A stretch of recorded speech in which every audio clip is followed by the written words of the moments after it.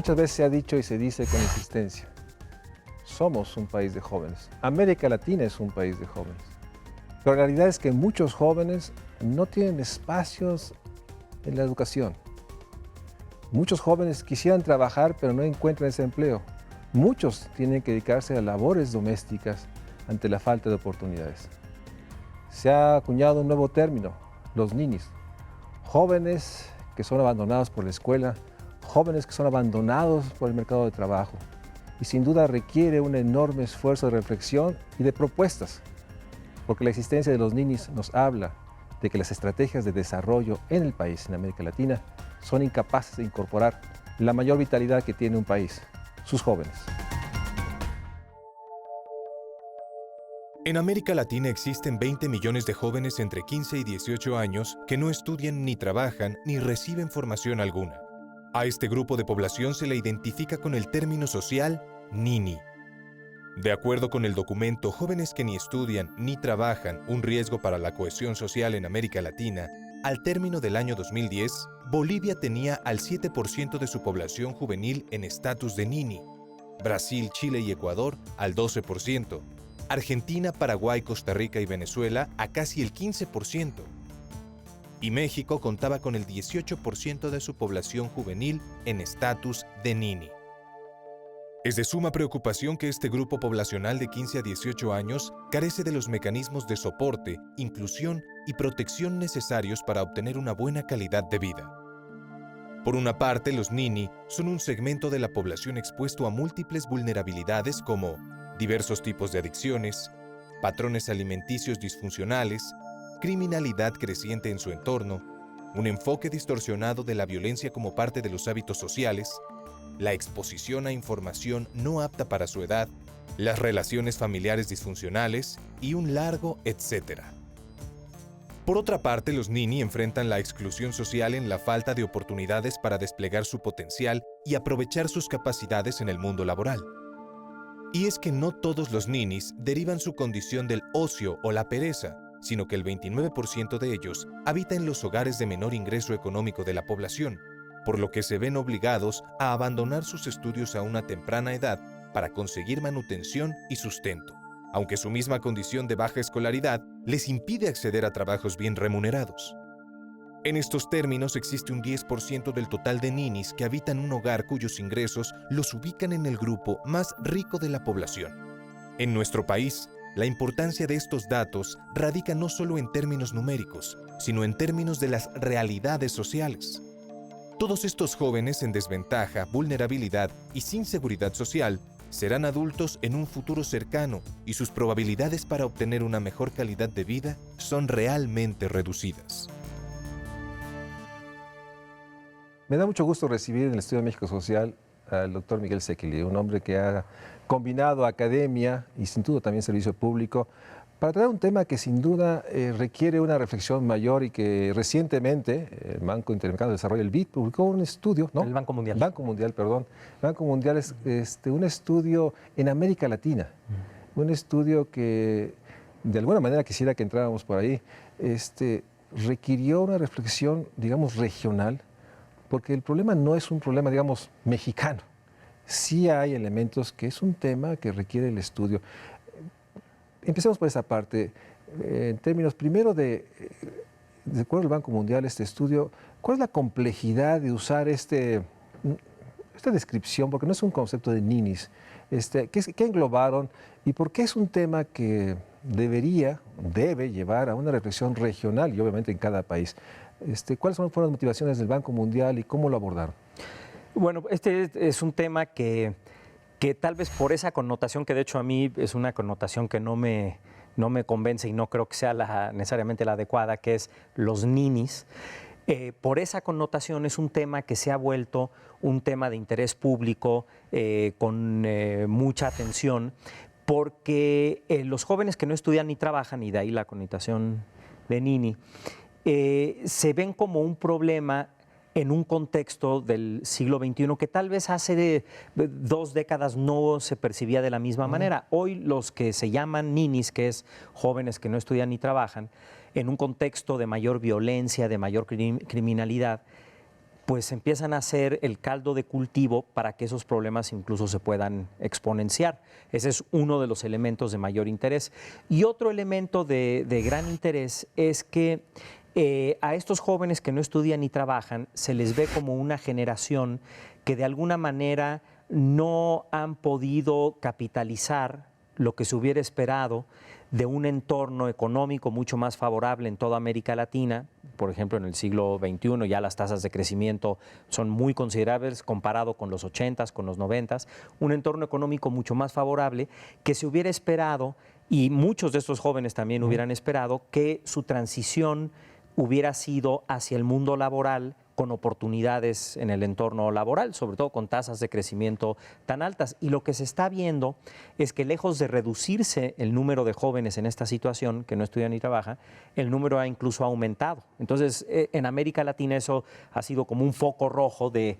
Vemos por un lado una situación mejor en términos de los indicadores globales, pero por otro lado el número de jóvenes que no estudian ni trabajan sigue incluso aumentando. Y esto es una de las conclusiones del estudio que realiza el Banco Mundial, que fue en coordinación de un servidor con Rafael de Hoyos y Roger Hasley. Lo que tuvimos como una de las conclusiones es que el problema realmente es sobre todo de oportunidades laborales, porque si vemos incluso lo que ha pasado con la educación, el número de jóvenes que terminan el bachillerato, que es justo a la edad de 18 años que se vuelven mayores de edad, ha aumentado de manera muy considerable. Hay un problema también de calidad, ¿no? Pero si viéramos solamente las estadísticas educativas, lo comparamos con la década pasada o con la década de los 90, más jóvenes están terminando el bachillerato. Lo que está pasando es que salen de la escuela y aquellos que quieren ir al mundo laboral no encuentran esas oportunidades. En ese sentido, un elemento que me gustó de ese estudio del Banco Mundial, y ahorita me acordé que mi referencia contigo es el BID, porque finalmente fuiste funcionario ahí, es de que hay este reconocimiento que pese que se puede decir de una manera muy agregada, promedios, macro, que ha habido crecimiento, incluso el debate, o por lo menos un argumento de que se ha reducido en algo la pobreza o la desigualdad, que es parte de un debate, pero aún con esas características, el número absoluto de jóvenes que se encuentran en una situación, digamos, de no poder, déjame usar el lenguaje de Banco Mundial, no pueden realizar su capital humano. Exacto. O sea, pese a que hubo una inversión, un esfuerzo personal, individual, comunitario, no logran, y señala en su lenguaje el tema de los mercados de trabajo que son incapaces de absorber a estos jóvenes. Ahora hay una parte que me interesaría aterrizar y concretar en esta sección. Concuerdo contigo, Ninis es una manera que, digamos, que hace una expresión de estos jóvenes que son abandonados por la educación, porque muchos tienen que insertar por trabajo y lo documenta, y no logran insertarse al trabajo, no porque no haya la voluntad, tiene que ver con que hay fenómenos estructurales que rebasan la voluntad, el esfuerzo individual.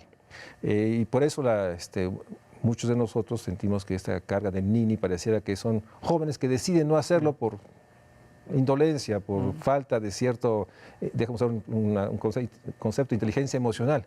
No, hay realidades, hay barreras reales estructurales. En ese sentido, me interesa una parte muy importante. Hacen un esfuerzo por identificar las causas de esto. ¿Qué está atrás?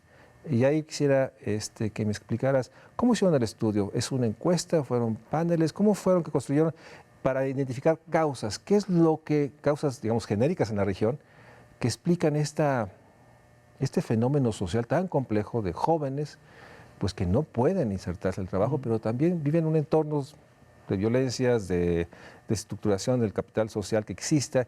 O sea, ¿cómo llegaron ustedes a identificar causas y cuál fue el método que ustedes usaron para llegar a estas conclusiones?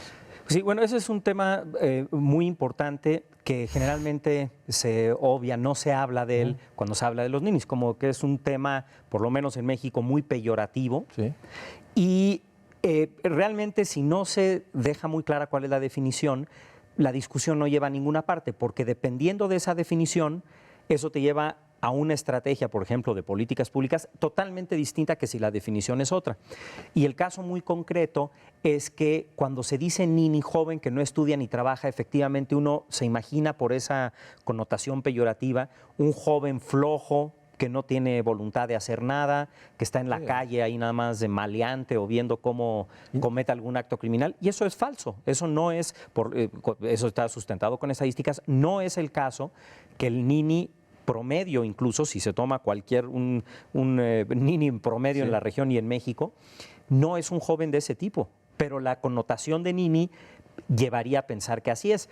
Ahora, si así fuera, que nuevamente no es, por lo menos los datos nos dicen que no es así, nos llevaría a una estrategia de políticas públicas, por ejemplo, de cómo motivar a los jóvenes. O sea, si es un problema de falta de motivación y de Sí, es un jóvenes problema- proclives. un problema a individual. Exacto. Entonces eso llevaría incluso a una estrategia más bien de una intervención psicológica de qué está pasando, estos jóvenes están mal, piensan de una manera indebida, ¿no? Y habría que No tener aprovechan, dejamos usar el lenguaje, las oportunidades de este mercado. Exactamente. O sea, el que problema tiende al no es que no equilibrio. haya oportunidades, el problema es que los jóvenes no quieren aprovecharlas. Bueno, eso, la implicación es que nuevamente nos podríamos ir hasta una intervención pensando en que habría que tener psicólogos encargados de reencauzar a estos no jóvenes. es el caso. El problema es que no es el caso. Y nuevamente creo que ahí la connotación no ayuda, ¿no? Son jóvenes que no estudian y no trabajan, generalmente porque o fueron expulsados o se salieron del sistema educativo antes de tiempo de culminar el bachillerato. Y antes, décadas atrás, lo que sucedía es que la gran mayoría de esos jóvenes simplemente se ponía a trabajar, de lo que fuera, pero se ponía a trabajar. Y hoy lo que estamos viendo es que cuando llegan a tratar de trabajar no hay oportunidades de empleo. Entonces no es un joven ahí en la calle fumando sustancias tóxicas, desmotivado y desganado. No, son jóvenes que ya incluso tienen más educación, muchos sí terminaron la preparatoria, no encontraron espacio en una universidad pública y tampoco están encontrando un empleo que mínimamente les sea digno para ellos y que esté acorde con sus expectativas y por lo tanto deciden, tal vez porque no pueden encontrar trabajo, no realizar una actividad económica remunerada. Pero incluso dentro de ese grupo hay que diferenciar y las cifras incluso pueden ser engañosas, porque en el caso sobre todo de las mujeres, si separamos hombres y mujeres, hay una menor proporción de hombres llamados nini que de mujeres, son más las mujeres. Pero en el caso de las mujeres, en países como México y en el resto de América Latina, todavía hay factores culturales, como por ejemplo que la mujer que se casa y va a tener hijos se queda fuera del mercado laboral precisamente para estar más tiempo con sus hijos, y es una decisión perfectamente planeada y con una lógica que es: me voy a quedar en la casa realizando determinadas actividades que no consideramos en el mundo de las estadísticas como trabajo, aunque es un trabajo, Sí, no es remunerado, pero es un Pero trabajo. en ese caso ella no es un nini, ella es una mujer que tomó una Pero decisión. sí se incluye en las estadísticas como nini, porque nini es joven de determinada edad que no estudia o no trabaja. Y ahí la importancia de poner en tensión el concepto de ninis para no agrupar estas dimensiones y sobre todo no sobrecargar de una actitud peyorativa que pareciera que son jóvenes, como bien dicho Miguel Sekeli, que simplemente no responden a los incentivos que los mercados han establecido. No, el problema es que los mercados, en su imperfección, no logran generar las oportunidades o los salarios y están realmente en una estructura pues, que lleva a esta exclusión de estos jóvenes. Vamos a un corte y regresamos porque sin duda es importante que, regresando del corte, hablemos de las magnitudes. O sea, nos hemos dicho que somos una región de jóvenes, somos un país de jóvenes, pero bueno, esta discusión que ha habido incluso en el país, ¿cuántos jóvenes se podían realmente, bajo estos acotamientos, decir que son jóvenes, déjame usar esta expresión, que han sido abandonados porque no pueden continuar la educación superior, por distintas razones, en este país porque no hay espacios, solo 3 de cada 10 tienen espacio, o abandonados porque el mercado les ofrece esta informalidad o esa entrada y salir con bajos salarios? Vamos a un corte y regresamos para seguir hablando de los jóvenes que son abandonados, que no logran tener oportunidades y que se ha usado esta tecnología de llamarlos ninis cuando realmente reflejan mucho de los problemas de desarrollo que vivimos en nuestro país y en América Latina. De acuerdo con el estudio Jóvenes que ni estudian ni trabajan, un riesgo para la cohesión social en América Latina del Dr. Miguel Sekeli, los nini están presentes en todos los países para los que existen datos. Pero es en México, Uruguay, Guatemala, Colombia, El Salvador, Perú, Nicaragua y Honduras donde existe mayor presencia de ellos. Tan solo en México, Uruguay y Guatemala supera o está en el 18% de su población de jóvenes entre 15 y 18 años. En Colombia, El Salvador y Perú está presente en el 20% de su población joven. En Nicaragua en el 21% y Honduras tiene presencia de 23%.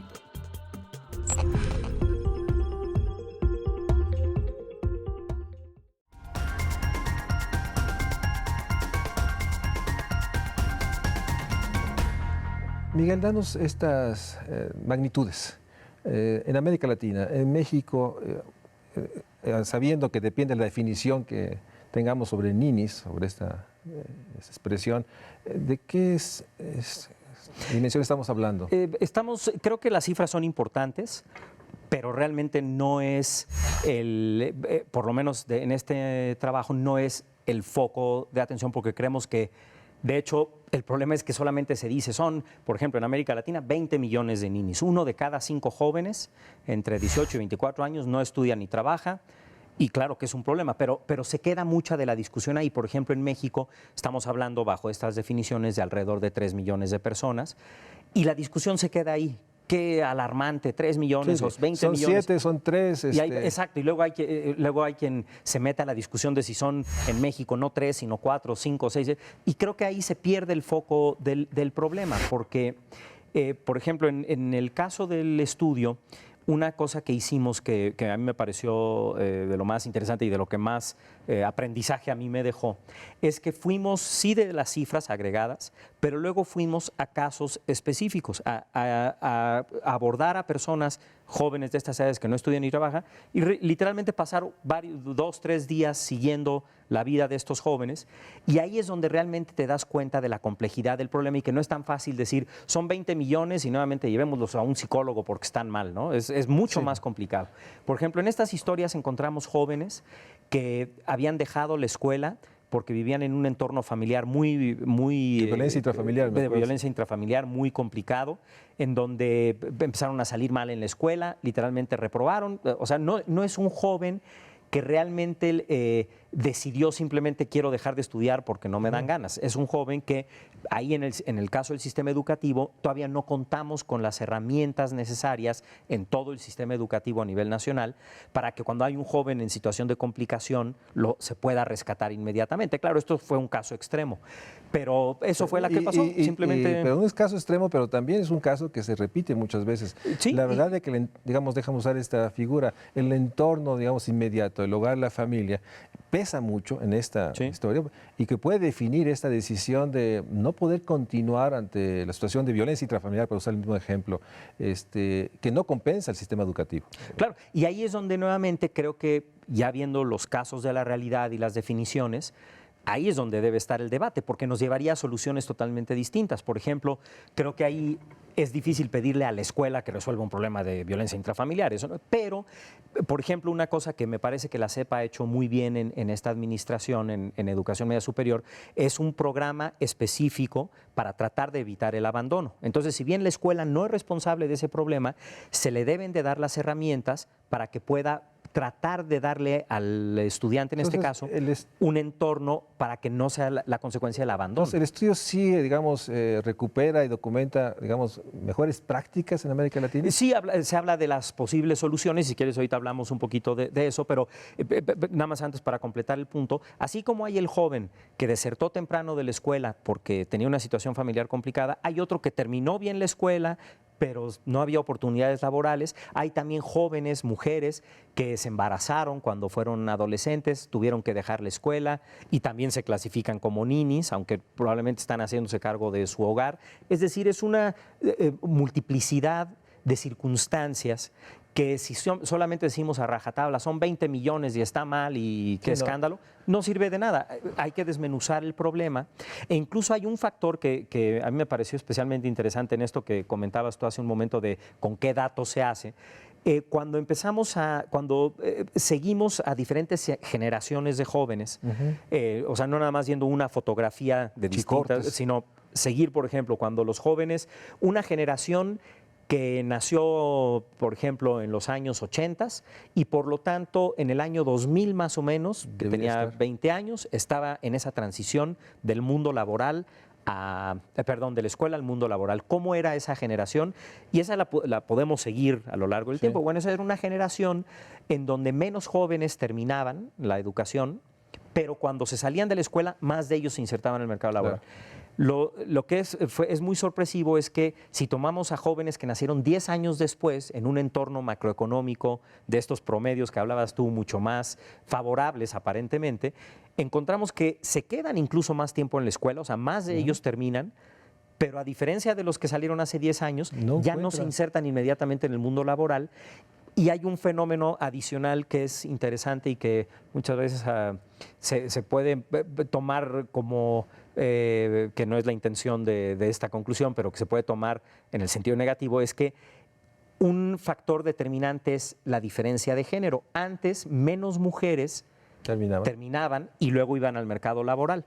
Hoy muchas más mujeres hacen esa transición y si tomamos en cuenta que en el entorno no se están generando muchos más empleos, lo que ha sucedido es que de alguna manera han desplazado a los jóvenes, no en un sentido negativo de la palabra, pero más gente está compitiendo ahora sí por menos oportunidades laborales, sobre todo porque más mujeres entran ya en ese contexto. Entonces está habiendo una presión sobre el mercado laboral no está generando las oportunidades que se necesitan y la consecuencia es que muchos jóvenes terminan la escuela, ya no siguieron, tampoco trabajan, pero nuevamente no es esa imagen del joven tirado en la banqueta. En esa parte comparto contigo, o sea, la magnitud del número nos da una idea de escala, pero no nos puede explicar el fenómeno, la complejidad del fenómeno que se trata.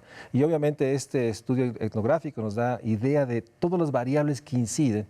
Pero déjame llegar, si estás de acuerdo, una síntesis. En el fondo, esta realidad de jóvenes que no encuentran oportunidades laborales, que por distintas razones, déjame ponerlo así, la falla de los sistemas de protección social que deberían asegurar entornos, digamos, de derechos en los espacios de los hogares, nos habla de que este fenómeno es una expresión de, por una parte, sistemas de protección social que no protegen o no generan esta cobertura de derechos, pero también de la estrategia de desarrollo que no genera el empleo y los salarios. O sea, es un síntoma. Y es una combinación de las dos, porque hay países que, por ejemplo, una de las políticas que han instituido es que si hay jóvenes en edad laboral que no encuentran un empleo, se les dan oportunidades de capacitación.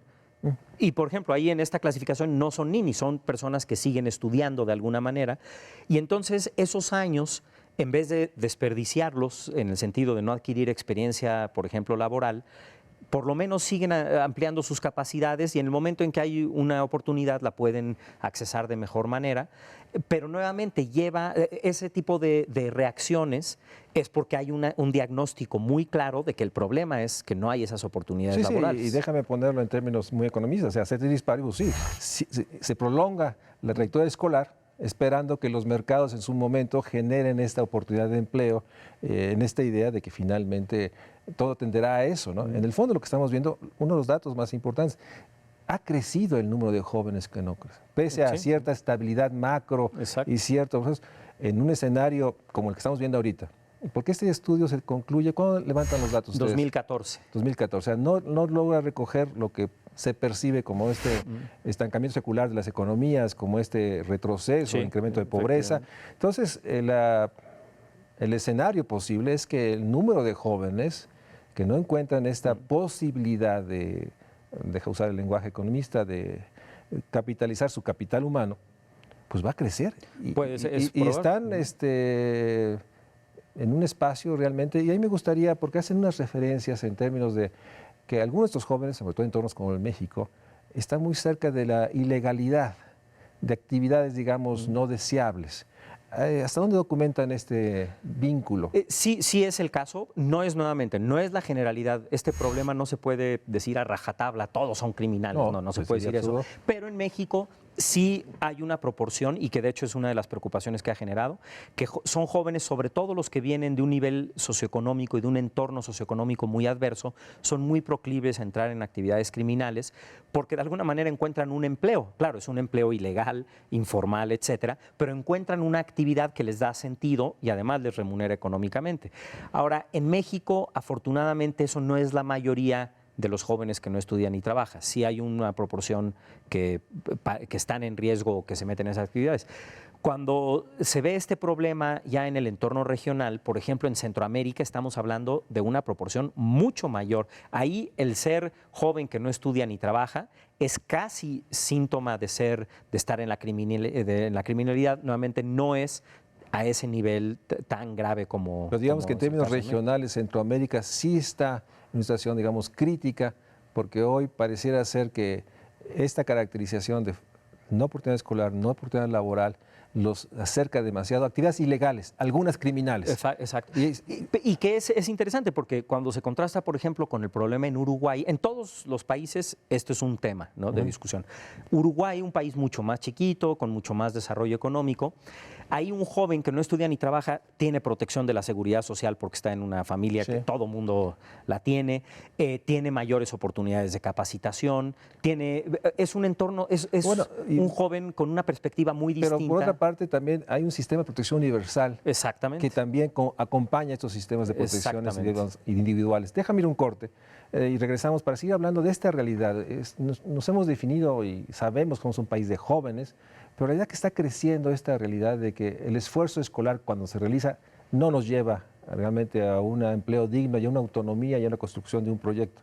Crece esta realidad y obviamente hay una gran diversidad, diferenciación en América Latina. Y en ese sentido yo recojo la enorme importancia que Banco Mundial haya decidido hacer un estudio, digamos, a fondo en América Latina para colocarlo en la agenda pública, porque entra y sale el tema. Pareciera ser que no es un tema, digamos, que se reconozca como un tema que expresa esta realidad de las fracturas en los sistemas escolares o las faltas de capacidades.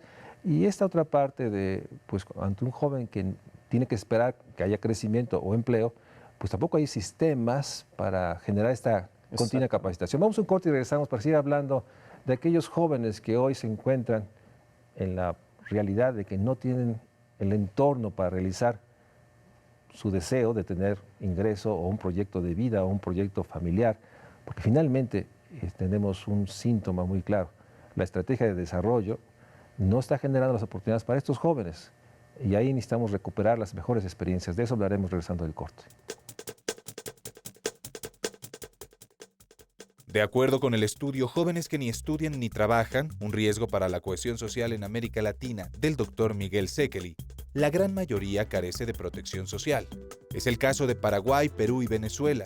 Los ninis no cuentan con seguridad social. En Nicaragua, El Salvador y Honduras está por debajo del 5%. Argentina, Panamá y Bolivia, menos del 10% de los jóvenes no cuentan con seguridad social. Guatemala y República Dominicana cuenta con un registro del 10%, Ecuador con 11%, México con 14%, Uruguay registra 18%, Brasil 21% y solo Chile y Costa Rica registran más de 30%.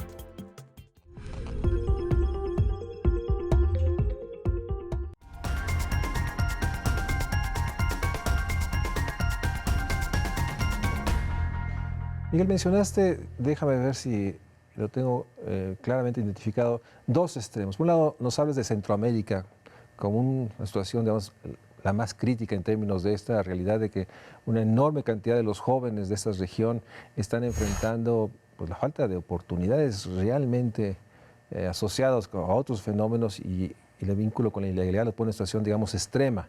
Porque ahí sí hay un proceso, digamos, de deterioro total de las economías. Y por otra parte, Uruguay. Pareciera ser que en Uruguay es el otro extremo.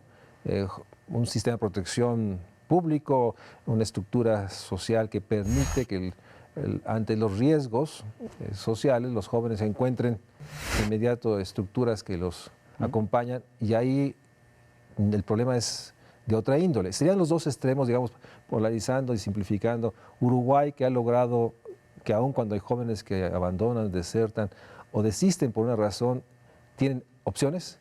Y Centroamérica, que parece que es inmigración, ilegalidad, Sí. deterioro. Y creo que es un punto importante porque eso nos ayuda también a ubicar a México, que muchas veces si nada más nos metemos al caso del país, primero creemos que es el país con el único que tiene este problema, Sí. y segundo que es igual que en todos lados, y no es así. Yo creo que México se ubica más hacia Centroamérica que hacia Uruguay, pero no es el extremo de Centroamérica. O sea, digamos, la tendencia podría llevarnos allá si no hay acciones si correctivas. no hay acciones concretas y una política estructurada para atender este problema, Nos estamos acercando en peligrosamente. una situación desafortunada podríamos acercarnos ahí, porque el caso de Centroamérica es un caso en donde se combinan dos elementos que nuevamente México no podemos decir que está igual, pero si lo comparamos con Uruguay está un poquito más cerca. El primer elemento es que el sistema de protección social es muy incipiente en Centroamérica, es decir, la proporción de población que tiene acceso a servicios de salud, a servicios de entrenamiento y capacitación, a todo ese entramado de protección que incluye a veces, por ejemplo, en el caso de Uruguay, apoyos para el desempleo, etcétera, son muy poca población en Centroamérica, una minoría tiene acceso a ese sistema estructurado de protección social. Tiene, y este creo que es un tema también interesante que valdría la pena tocar, sí tiene acceso a algunos programas llamados sociales de transferencias condicionadas, etcétera, pero que no son la solución a este problema y muchas veces son gasolina al fuego de este problema. Pero bueno, no tienen un sistema social estructurado, la gran mayoría. Y por otro lado, la economía está creciendo, pero no está generando empleos. El tipo de crecimiento es un crecimiento no intensivo en empleos, sobre todo de empleo de jóvenes salidos, por ejemplo, de la educación media. La combinación de esos dos fenómenos hace que la proporción de jóvenes en una circunstancia vulnerable sea mayor, y si eso se combina con un entorno de mayor criminalidad, de pandillas, el caso conocido de las maras, etcétera, entonces los jóvenes que ya son vulnerables por no tener ese sistema de protección y por no tener opciones de empleo en ese entorno de criminalidad se vuelven mucho más proclives a participar en esas actividades, nuevamente porque son una actividad, es remunerada, les da una expectativa que no les da el mundo formal. Y déjame incorporar un elemento que no está en el estudio, que es la ruptura de los estados de derecho, los sistemas de justicia. Una enorme impunidad, una enorme corrupción, que nuevamente son elementos que potencian al máximo. Claro, y se ve en casos, por ejemplo, muy extremos como Guatemala, en donde desafortunadamente incluso el gobierno tiene escándalos de corrupción muy importantes, tiene que dimitir el presidente de la administración anterior. Y si uno como joven está viendo que sus gobernantes están en escándalos de corrupción, en este entorno de criminalidad, etcétera, efectivamente es un factor adicional. El Estado mismo, el Estado de Derecho, empuja a estos jóvenes o los hace más proclives a irse por esta vía alternativa. Si el mismo presidente lo hace o la vicepresidenta o etcétera, ¿yo por qué voy a estar sufriendo en no tener ninguna actividad si aquí me están poniendo esta alternativa, ¿no? Y en ese sentido déjame recuperar esta noción de que México se está acercando a este proceso que tiene que ver finalmente con lo que sabemos. Es muy poca la población que tiene cobertura de seguridad social, más allá de sus capacidades. Hay un enorme hueco en términos de espacio en educación superior y obviamente el hueco que existe todavía en educación media es importante. Por otra parte, tenemos esta realidad de la debilidad de los sistemas de justicia y seguridad. Y en ese sentido, me gustaría en términos de elecciones, ¿cómo...? No sé si podemos sintetizar algo que se dice muy rápidamente y no hemos entrado, o sea, no hay una política hacia los jóvenes. Sí, yo creo que México, sí quisiera nada más enfatizar, no creo que esté yendo hacia donde está hoy Centroamérica. Puede ser, no estamos todavía afortunadamente en esa situación y el Estado mexicano tiene capacidades que no tienen algunos de los estados de Centroamérica. Si nos descuidamos, podemos empezarnos a acercar a eso. Creo que todavía no estamos realmente en la situación tan alarmante en la que están esos países y por eso una visión regional es muy apropiada, pero eso no quiere decir que el problema no se tenga que atender, tal vez hasta con más urgencia para no caer en eso. En el caso de Centroamérica, por ejemplo, el tema es un tema mucho más de criminalidad, pero también es un tema mucho más educativo, porque ahí las tasas de abandono escolar son mucho más altas, la escuela tiene una cobertura hasta el nivel medio superior mucho menor, entonces si no se arregla, hoy en México tenemos más bien el problema de que sí terminan, pero no encuentran la opción de empleo. En Centroamérica están todavía un paso atrás, lamentablemente. Todavía ni siquiera pueden estar hablando de que el tema ya no es nada más educativo. Es el educativo, más el económico, más el de criminalidad, más el sistemas de justicia, entorno, seguridad, exacto. etcétera. Entonces, pero nuevamente, creo que lo interesante es ver en México, por ejemplo, cuál es entonces el problema. Y antes de entrar a eso, nada más te quiero comentar rápidamente del caso de Uruguay que mencionabas, que es otro extremo. También hay ninis en Uruguay, también es una preocupación muy grande. También hay una alta deserción en educación media superior. Muchos que hemos seguido el tema educativo siempre pensamos que Uruguay es la vanguardia, que ahí no hay problemas, y sí hay problemas también, incluso niveles de deserción. Educativa? Pero precisamente el punto es que las causas son totalmente distintas. En Uruguay se encuentra un fenómeno totalmente distinto a este que hemos comentado, y es que más bien se combina una red de protección social muy amplia, es decir, un joven que no está en el mercado laboral o que no está en la escuela, de todas maneras tiene seguridad social, tiene apoyo de salud, tiene todo un sistema, todo un aparato de protección que incluso si está en el desempleo y es por lo tanto nini, tiene una serie de apoyos, tiene un canal de prestaciones y de acompañamiento, exacto.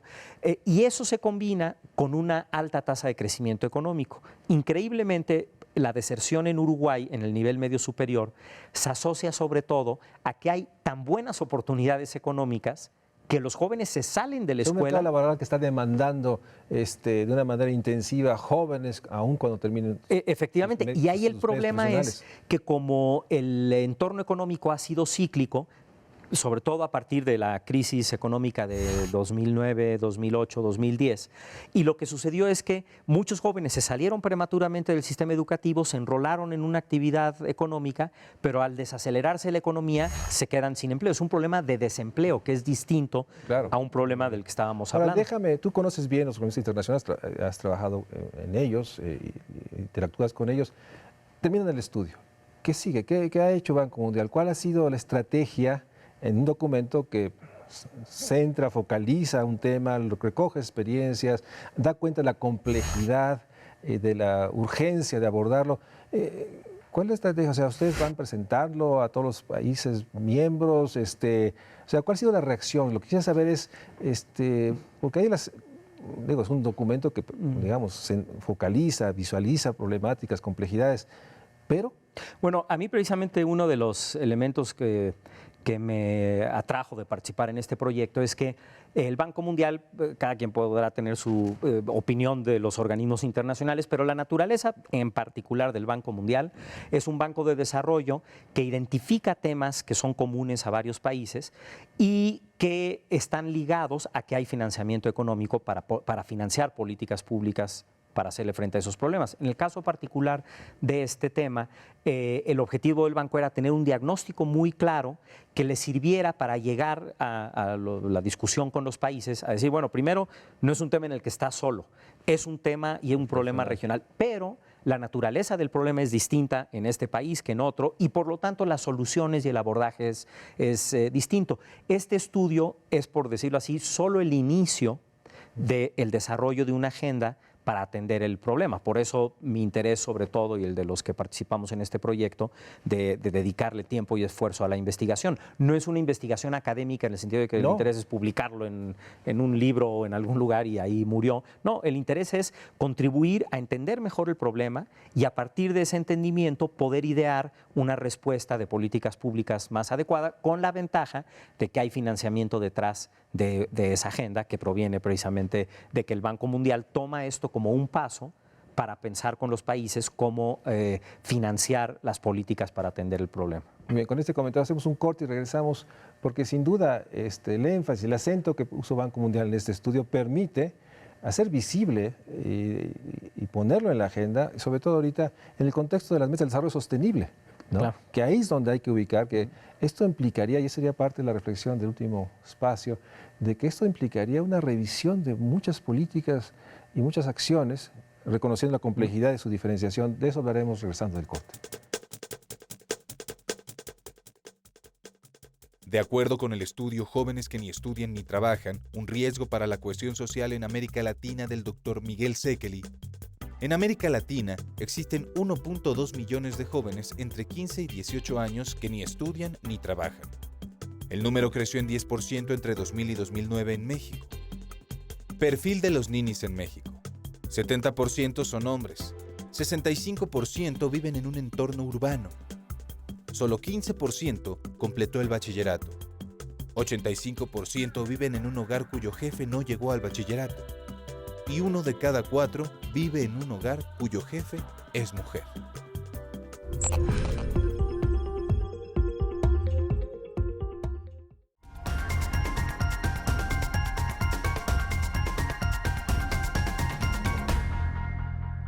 Yo quisiera aprovechar este espacio porque finalmente lo que viviste, lo que construiste, las experiencias, es importante señalar una agenda mínima, o si es de recomendaciones, yo te pediría eso, hacia el caso mexicano. Yo tengo una muy clara, tenemos que incrementar la cobertura de educación superior, o sea, no podemos resignar nuestra cobertura a este lento o este gradualismo que lleva a que muchos jóvenes, aún queriendo estudiar educación superior, no hay espacios.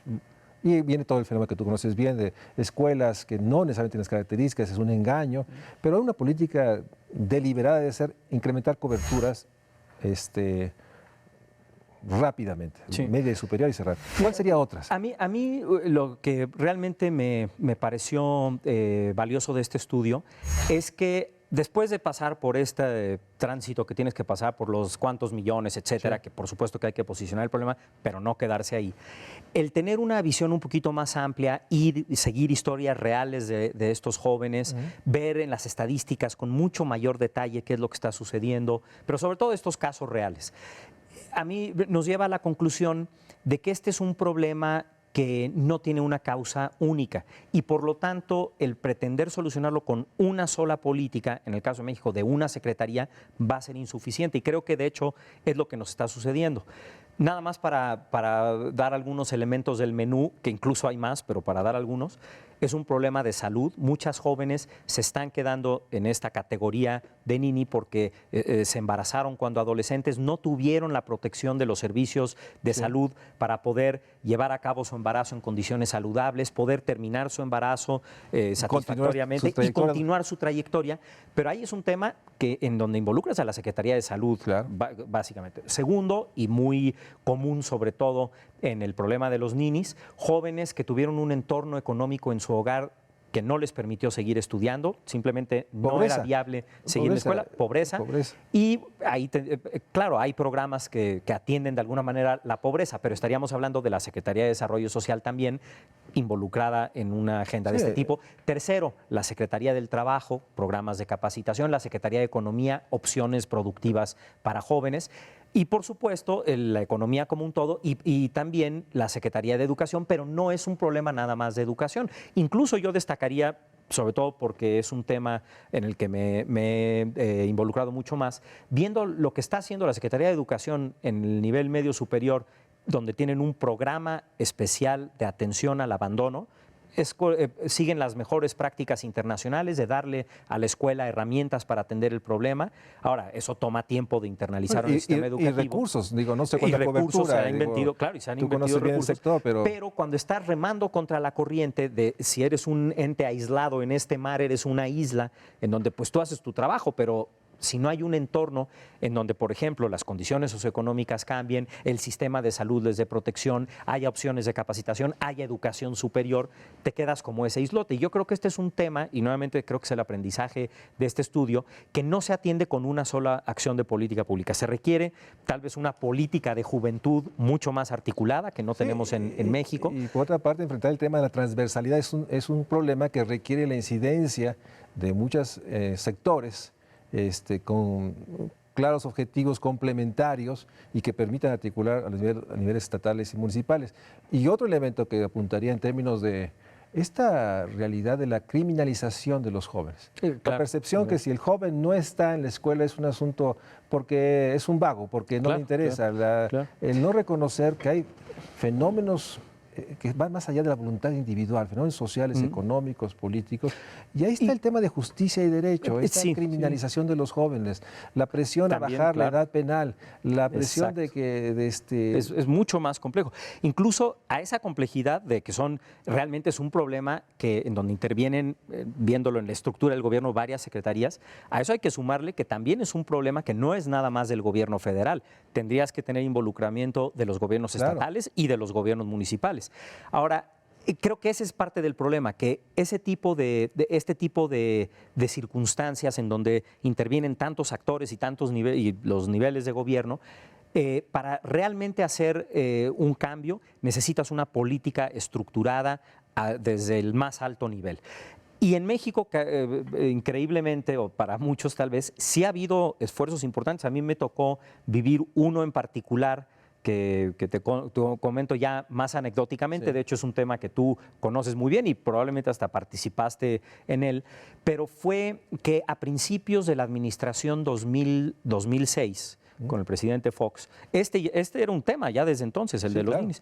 Y en ese caso el presidente tenía claramente la intención de hacer algo al respecto y creó una comisión intersecretarial para abordarlo, en donde se definió una política que incluso le parece muy razonable, que es, si parte del problema es el empleo y el empleo formal, ¿por qué no le damos más facilidades a las empresas, incluso incentivos, ¿para qué? Para que contraten más jóvenes? Y el esquema que se ideó es un programa que se llamó Programa de Primer Empleo. Así es. Se ideó que las empresas tuvieran un costo menor de pago de las prestaciones sociales, una especie de subsidio al IMSS, si contrataban jóvenes de ciertas edades.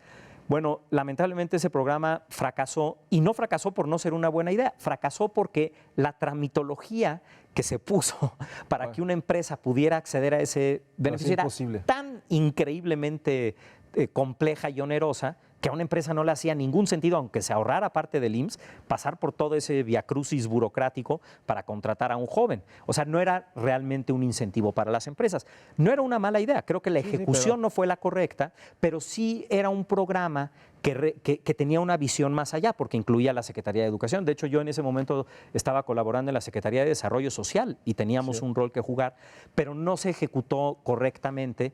Pero lo traigo a la conversación porque no es fácil el aterrizar políticas a la realidad.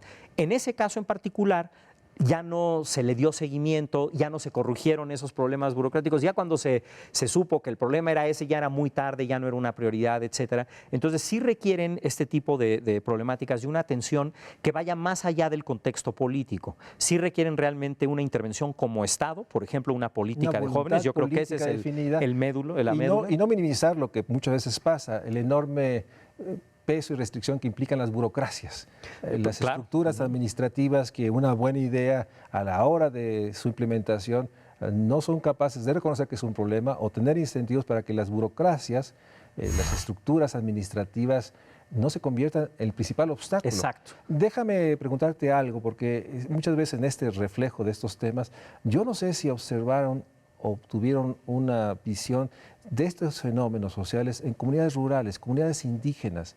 O sea, porque nuevamente, aunque es un fenómeno urbano, pero es mucho menos prevaleciente, y qué bueno que lo mencionas, y es interesante, porque en el entorno rural es mucho más común que un joven, por ejemplo, en una situación de pobreza, se vaya a trabajar al campo. Entonces, estrictamente hablando, es un empleo muy mal remunerado, es informal, etcétera, pero tiene una actividad económica. Entonces, a ese joven no se le clasifica como nini. En el caso urbano, efectivamente, es mucho más común encontrar jóvenes que, como no tienen ese contexto de que acompañar a la familia en la agricultura o en otra actividad, cuidando ganado o cualquier otra, que pues nuevamente no es que sea la solución, porque es de muy baja remuneración y sin un futuro de desarrollo profesional, claro, pero no entra en las clasificaciones.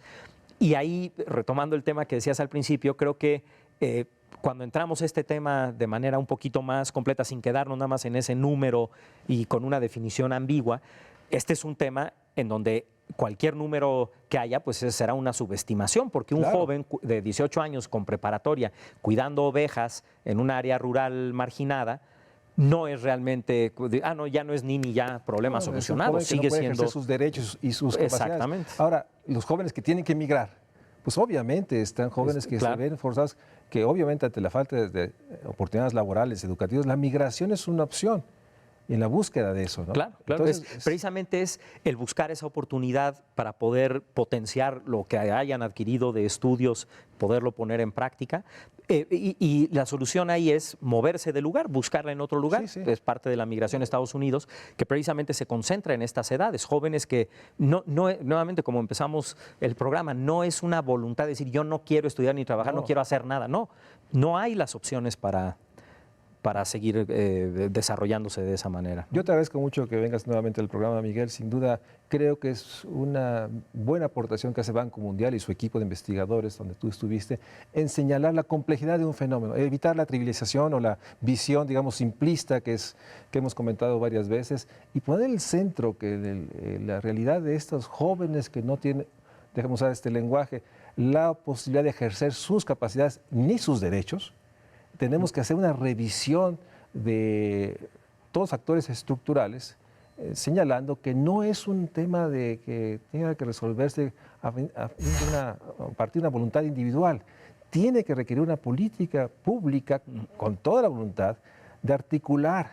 Hay buenas experiencias, hay riesgos evidentes, pero sin duda yo creo que este es síntoma de una estrategia de desarrollo, de una realidad de un sistema de protección social que no logra dar cobertura a los jóvenes, sobre todo para que puedan construir un México social. En los niños está una manifestación de la enorme necesidad de revisar lo que está haciendo, fortalecer las mejores experiencias, articular y poner en el centro, que no es un tema menor el reconocer que en nuestro país millones de jóvenes, si usamos las definiciones que ustedes usaron, 3 millones de jóvenes, de estos 30 millones que podemos poner entre 15 y 29, están en una situación de enorme riesgo. Y el riesgo no es para ellos, el riesgo es un país que no logra darle oportunidad a estos jóvenes. Miguel, muchas gracias. Muchas gracias a ustedes por estar en el Estudio de México Social.